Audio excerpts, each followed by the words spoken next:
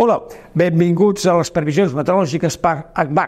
Ja ha arribat la calor, ja la tenim aquí, no és una calor exagerada, però Déu-n'hi-do, estem una miqueta per sobre de la mitjana, a diferència del centre i sud d'Espanya, que allà Déu-n'hi-do la calorada que han tingut. Però atenció, perquè la setmana vinent, Déu-n'hi-do el que ens arribarà, ara en parlarem. Si hem de viatjar aquests dies de vacances, atenció, també informi-se una miqueta del temps que farà, si no es poden trobar amb aquesta sorpresa. Això és la Gran Muralla Xinesa i els turistes s'han trobat amb una enorme tempesta, amb un esclafit. Aquí estan arreserats aguantant el fenomen, per tant se'n recordaran més de l'esclafit que no pas de la Gran Muralla. Anem a veure uns altres imatges, aquestes una miqueta colpidores, no ens agraden massa.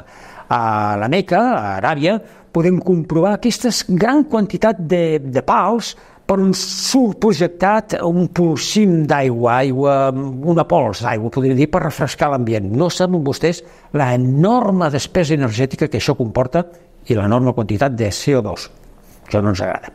I ara, per últim, tenim molts embassaments a Catalunya. Gairebé sempre parlem dels més grans, però també n'hi ha de petitets com aquest. Aquest és un dels més petits de Catalunya, és l'embassament de Portbou, 1 hectòmetre cúbic, aviat faran obres, per cert, per millorar la seva eficiència, i es mou la càmera perquè bufava tramuntana. Anem a veure les previsions meteorològiques.